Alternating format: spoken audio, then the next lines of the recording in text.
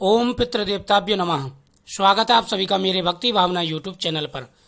पितृपक्ष में प्रतिदिन श्रीमद् भागवत के इस अध्याय को जरूर सुनना चाहिए।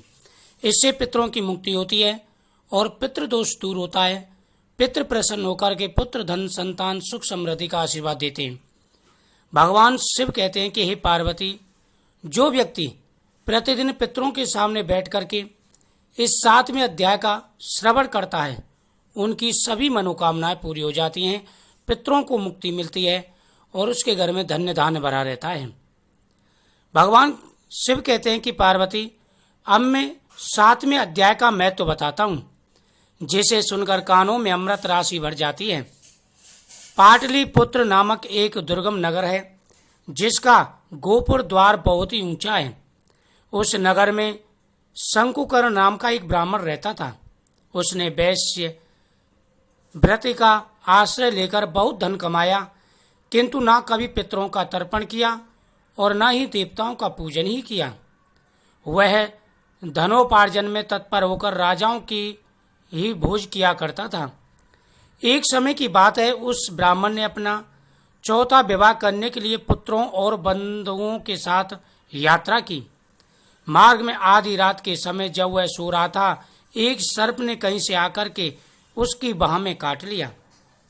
हे पार्वती, वह अपने चौथे विवाह के लिए अपने सभी बंधु बांधवों को लेकर के जा रहा था। रास्ते में कहीं पर सोया और जहां पर वो सो रहा था, अचानक सर्प ने उसको काट लिया। उसके काटते ही ऐसी अवस्था हो गई कि मणि मंत्र और औषधि आदि से भी उसके शरीर की रक्षा नहीं हो पाई। असाध्य जान पड़ी। तत्पश्चात कुछ ही क्षणों में उसके प्राण पखेरु हो गए। फिर बहुत समय के बाद वह प्रेत सर्प योनि में उत्पन्न हुआ। जो व्यक्ति जानबूझकर पितरों का श्राद्ध नहीं करता, श्राद्ध कर्म नहीं करता, उसे प्रेत योनि में जाना पड़ता है। इस प्रकार से जब सर्प ने उसको काट लिया तो अनेकों प्रकार के प्रयत्न करने पर भी वह जीवित नहीं बचा और सर्प प्रेत योनि में उत्पन्न हुआ। उसका चित्त धन की वासना में बंधा था। उसने पूर्व वृतांत को स्मरण करके सोचा, मैंने जो घर के बाहर करोड़ों की संख्या में अपना धन गाड़ रखा है, उससे इन पुत्रों को वंचित करके स्वयं ही उसकी रक्षा करूंगा। एक दिन सांप की योनि से पीड़ित होकर पिता ने स्वप्न में अपने पुत्रों के समक्ष आकर अपना मनोभाव बताया। तब उसके निरंकुश पुत्रों ने सवेरे उठकर बड़े विस्मय के साथ एक दूसरे से स्वप्न की बातें कही। उनमें से मझला पुत्र कुदाल हाथ में लिए घर से बाहर निकला और जहां उसके पिता ने सर्प योनि धारण करके रहते थे, उस स्थान पर गया। यद्यपि उसे धन के स्थान का ठीक ठीक पता नहीं था, तो भी उसने चिन्हों से उसका ठीक निश्चय कर लिया और लोभ बुद्धि से वहां पहुंचकर बामी को खोदना आरंभ किया। तब उस बामी से बड़ा भयंकर सांप प्रकट हुआ और बोला, ओ मूढ़, तू कौन है? किस लिए यहाँ आया है? क्यों बिल खोद रहा है? अथवा किसने तुझे भेजा है? ये सारी बातें मुझे बता। पुत्र बोला, मैं आपका पुत्र हूँ, मेरा नाम शिव है। मैं रात्रि में देखे हुए स्वप्न से विस्मय होकर यहाँ आया हूँ, श्रवण लेने के लिए आया हुआ हूँ। पुत्र की यह वाणी सुनकर के वह सांप हंसता हुआ उच्च स्वर से इस प्रकार स्पष्ट वचन बोला, यदि तू मेरा पुत्र है तो मुझे शीघ्र ही बंधन से मुक्त कर। मैं पूर्व जन्म के गाड़े हुए धन से ही सर्प योनि को प्राप्त हुआ हूँ। जो व्यक्ति धन कमाते हैं, उस धन का सदुपयोग नहीं करते, उस धन को देव कार्यों में या पितृ कार्यों में नहीं लगाते, वह व्यक्ति सर्प की योनि में जाते हैं। पुत्र ने पूछा, हे पिताजी, आपकी मुक्ति कैसे होगी? इसका उपाय मुझे बताइए, क्योंकि मैं इस रात में सब लोगों को छोड़कर आपके पास आया हूँ। पिता ने कहा, हे बेटा, गीता के अमृत में 7वें अध्याय को छोड़कर मुझे मुक्त करने में तीर्थ, दान, तप और यज्ञ भी समर्थ नहीं है। केवल गीता का 7वां अध्याय ही प्राणियों के जरा, मृत्यु आदि दुखों को दूर करने वाला है। पुत्र, मेरे श्राद्ध के दिन 7वें अध्याय का पाठ करने वाले ब्राह्मण को श्रद्धा पूर्वक भोजन कराओ, इससे निसंदेह मेरी मुक्ति हो जाएगी। वत्स, अपनी शक्ति के अनुसार पूर्ण श्रद्धा के साथ वेद विद्या में प्रवीण ब्राह्मणों को भी भोजन कराऊं। सर्प योनि में पड़े हुए पिता के ये वचन सुनकर सभी पुत्रों ने उसकी आज्ञा के अनुसार तथा उससे भी अधिक किया। तब शंकुकर्ण ने अपने सर्प शरीर को त्याग कर दिव्य देह धारण किया और सारा धन पुत्रों के अधीन कर दिया।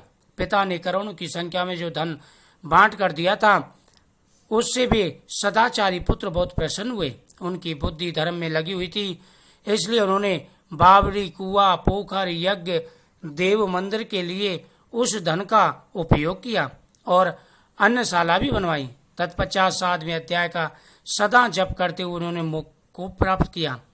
पार्वती, यह तुम्हें 7वें अध्याय का महत्व मैंने बताया है।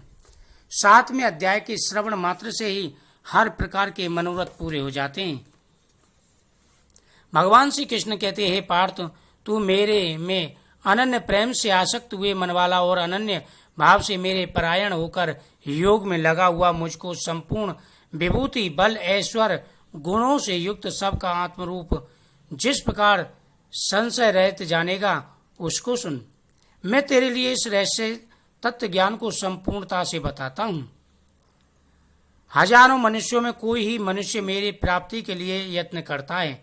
उन यत्न करने वाले योगियों में भी कोई भी पुरुष मेरे परायण हुआ, मेरे को तत्व से जानता है, अर्थात मर्म से जानता है। अर्जुन, पृथ्वी, जल, अग्नि, वायु और आकाश तथा मन, बुद्धि और अहंकार, ये ऐसे 8 प्रकार के विभक्त हुए मेरी प्रगति हैं। ये 8 प्रकार के भेदों वालों को अपरा तथा अर्थात मेरी जड़ प्रगति और हे महाबाहु, इससे दूसरों को मेरी जीव रूपा परा तथा चेतन प्रगति जान, जिससे यह संपूर्ण जगत धारण किया हुआ है। हे अर्जुन, तू ऐसा समझ कि संपूर्ण भूत इन दोनों प्रगतियों से उत्पन्न हुआ है। मैं संपूर्ण जगत का उत्पत्ति तथा प्रलय कारक रूप हूँ, अर्थात मेरे संपूर्ण जगत का मूल कारण हूँ। इसलिए धनंजय, मेरे से सिवा किंचन मात्र भी दूसरी वस्तु नहीं है। यह संपूर्ण जगत सूत्र मेरे मणियों के समान सतत मेरे से गुथा हुआ है। हे अर्जुन, जल में रस तथा चंद्रमा और सूर्य में प्रकाश और संपूर्ण वेदों में ओंकार हूँ तथा आकाश में शब्द और पुरुषों में पुरुष तत्व में ही हूँ। पृथ्वी में पवित्र और गंध, अग्नि में तेज और संपूर्ण भूतों में उनका जीवन अर्थात जिससे वे जीते हैं वह मैं ही हूँ। तपस्वियों में तप हूँ। हे अर्जुन, तू संपूर्ण भूतों का सनातन कारण मेरे को ही जान। मैं बुद्धिमानों की बुद्धि और तेजस्वियों का तेज हूँ। हे भरतश्रेष्ठ, मैं बलवानों का आसक्त और कामनाओं से रहित बल अर्थात सामर्थ्य हूँ। अब भूतों में धर्म के अनुकूल अर्थात शास्त्रों के अनुकूल काम कर। और भी जो तत्वगुण से उत्पन्न करने वाले भाव और जो रजोगुण से तथा तमोगुण से होने वाले भाव हैं, उन सबको तू मेरे ही होने वाले हैं ऐसा जान, परंतु वास्तव में उनमें मैं और वे मेरे में नहीं हैं।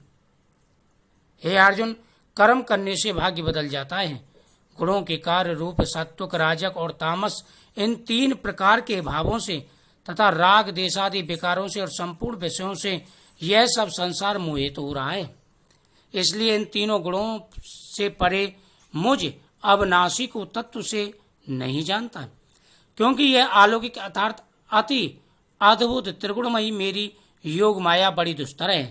परंतु जो मनुष्य पुरुष मेरे को ही निरंतर भजते हैं, वे इस माया को उल्लंघन कर जाते हैं अर्थात पार कर जाते हैं।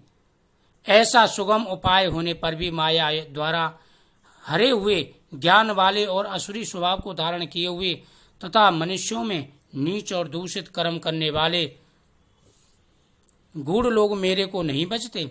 हे भरतवंशियों में श्रेष्ठ अर्जुन, उत्तम कर्म वाले अर्थार्थी, आर्त, जिज्ञासु और ज्ञानी अर्थात निष्कामी, ऐसे 4 प्रकार के भजन मेरे को भजते हैं। उनमें भी नित्य मेरे में एक ही भाव स्थिर हुआ अनन्य भक्त मेरे को भजता है, क्योंकि मेरे को तत्व से जानने वाले ज्ञानी में अत्यंत प्रिय हूँ और ज्ञानी मेरे को अत्यंत प्रिय हैं। यद्यपि ये सभी उदार्थ अर्थात श्रद्धा रहित मेरे भजन के लिए समय लगाने वाले होने से उत्तम है, परंतु ज्ञानी को साक्षात मेरा स्वरूप ही मानना चाहिए। हे अर्जुन, जो व्यक्ति सभी विषयों से विरक्त होकर के मुझे भजता है, मैं उनकी सभी मनोकामनाएं पूरी करता हूँ। हे अर्जुन, जो विषय युक्त पुरुष हैं वे अपने स्वभाव से मैं प्रेरे हुए तथा उन भोगों का कामना द्वारा ज्ञान से भ्रष्ट हुए उस नियम को धारण करके, हे अर्जुन, जो व्यक्ति आसक्ति में लगा रहता है उसका उद्धार नहीं होता। ऐसा होने पर भी जब मनुष्य मेरा भजन नहीं करते, इसका कारण यह है कि बुद्धिहीन पुरुष मेरे अनुत्तम अर्थात जिससे उत्तम और कुछ भी नहीं ऐसे अविनाशी स्वभाव को अर्थात अजन्मा अविनाशी हुआ भी अपनी माया से प्रकट होता हूँ, ऐसे तत्व वाले को न जानते हुए भी जो व्यक्ति आसक्तियों में इंद्रियों के वश में लगे रहते हैं, इंद्रियों के वशीभूत रहते हैं, उनका उद्धार नहीं होता। इसलिए हे अर्जुन, सारे कर्मों को अपने कर और मुझे ही कर्मदाता ज्ञान जान मेरा भज। जो व्यक्ति निरंतर मुझे भजते हैं वह जन्म जन्मांतर से मुक्त हो जाते हैं। तो पितरों के सामने इस अध्याय का प्रतिदिन पाठ करना चाहिए। वीडियो को शेयर करें, चैनल को सब्सक्राइब करें।